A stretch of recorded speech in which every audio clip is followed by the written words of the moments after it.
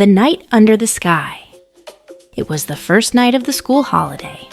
5 brothers sat on the back steps of their home with Tambo, their golden retriever, curled at their feet. The forest stretched out behind them, dark and full of mystery.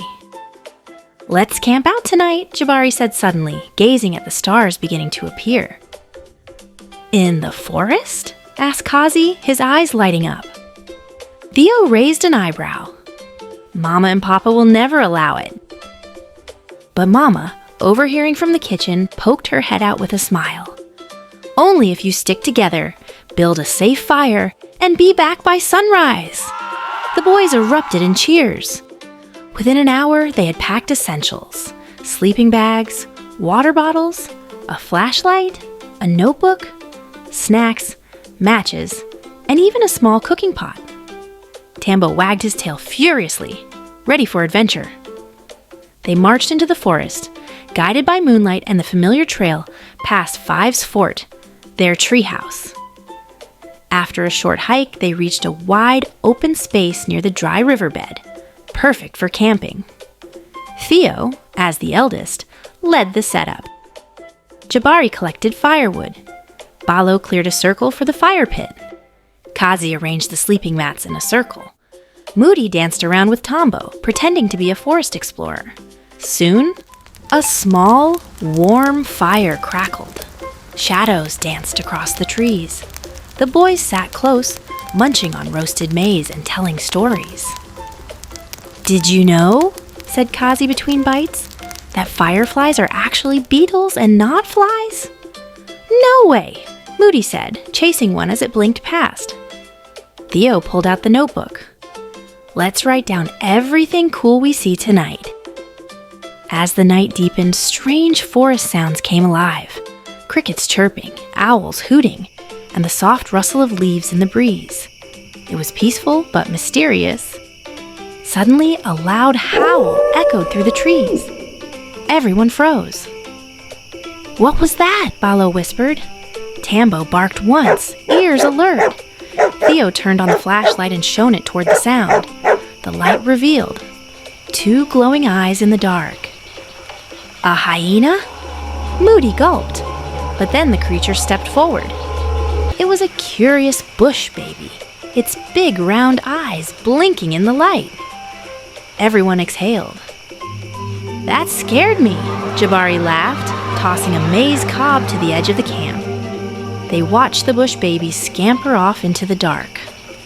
Kazi added it to their list in the notebook. Soon they began to feel sleepy. Theo doused the fire safely. They lay back on their sleeping mats, staring up at the endless stars above. "There's the Southern Cross," Theo pointed. "I see a shooting star," shouted Balo. "Make a wish," said Moody quickly. They fell asleep slowly, the night breeze whispering over them, Tambo curled protectively in the center. But just after midnight, clouds rolled in. The stars disappeared. A few drops of rain fell. Plop! Plop! "Oh no!" groaned Jabari. "Quick, into the fort!" Theo shouted. They grabbed their sleeping mats and scrambled toward Five's fort. The rain came harder now, pattering on the leaves and splashing on the trail. By the time they reached the treehouse, they were wet but laughing. They climbed into their fort, where it was dry under the thick canopy and roof they'd built months ago. "This is the best night ever," said Moody, shivering but smiling. Kazi opened the snack bag and shared some roasted peanuts. Theo wrapped an extra blanket around Moody. Through the open window, they watched lightning flash in the distance, lighting up the whole forest for a moment. Tambo let out a soft woof, his head resting on Balo's lap. Then came the best part, a chorus of frogs croaking down near the now wet riverbed. "Sounds like a frog concert," said Kazi. "It means the river's waking up," added Theo. "First rains always bring it back to life." They lay there, listening to the frogs, watching the gentle rain, feeling the magic of the forest at night. By dawn, the rain had stopped. Mist hovered low over the trees. Birds began to chirp. One by one, the brothers woke up, blinking sleepily. Theo stretched. "Let's get home before Mama thinks we became frogs."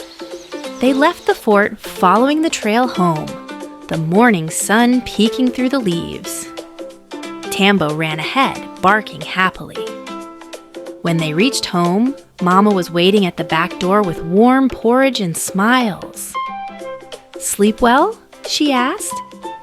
The brothers nodded, talking over each other about bush babies, frogs, shooting stars, and the sudden rain.